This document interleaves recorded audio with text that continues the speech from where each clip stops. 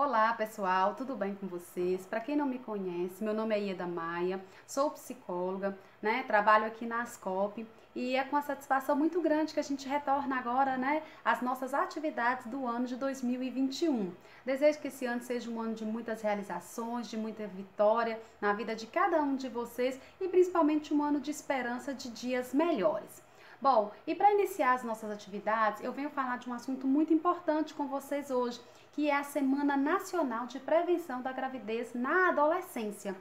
E esse assunto é um assunto tão importante que no ano de 2019 foi instituída uma lei, que essa lei ela prevê a primeira semana do mês de fevereiro como a Semana Nacional de Prevenção à Gravidez na Adolescência. Do dia 1º ao dia 8 de fevereiro de cada ano são realizadas ações de conscientização, de educação, de informação.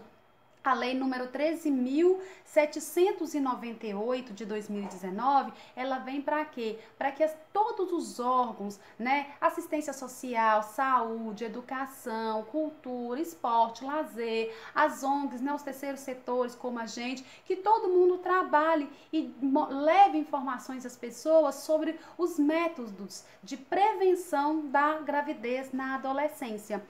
Os adolescentes, através do Estatuto da Criança e do Adolescente, são todos os indivíduos de 12 a 18 anos incompletos e que representam hoje mais de 20% da nossa população brasileira.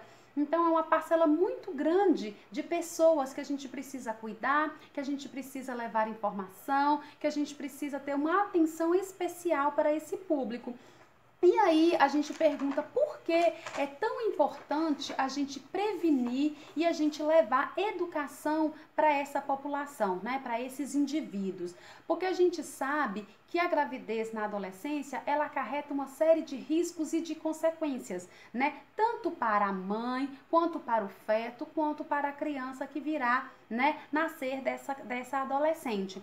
E aí a gente tem o quê? A gente tem quando uma adolescente está grávida, o corpo dela não está totalmente preparado para receber uma criança. Então existe uma prevalência muito grande de complicações, tanto para a mãe quanto para essa criança.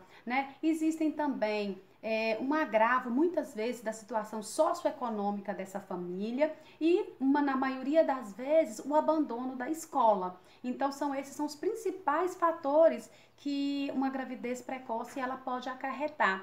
E, além disso, esses fatores eles se agravam ainda mais se, porventura, a mãe tiver menos de 1,50 m, se essa adolescente tiver menos de 45 quilos, se ela tiver menos de 2 anos que a menarca, que a primeira menstruação dela veio, se ela for uma mãe usuária de droga ou de álcool, se ela for uma mãe que tem algum problema de saúde, como pressão alta, diabetes, ou que ela for uma mãe que tiver uma rejeição ao feto ou que a família rejeite esse feto, tudo isso faz com que os fatores de risco, tanto para a mãe quanto para a criança, eles possam aumentar. E quais são esses riscos? Esses riscos, principalmente para a criança, são de que uma criança ela nasça com baixo peso, ela nasça com baixa estatura, que ela tenha que ficar na UTI após o nascimento, que ela nasça antes da data, que a gente chama de criança prematura, que force ter uma gravidez, um parto de cesárea, porque muitas vezes essa mãe não tem passagem para essa criança, Isso pode acarretar também algumas síndromes, principalmente a síndrome de Down. Isso pode acarretar também uma criança que vai ser, às vezes, rejeitada pelos pais após o nascimento. Então, assim, quando a gente tem uma gravidez na adolescência, a gente tem uma série de fatores e de riscos.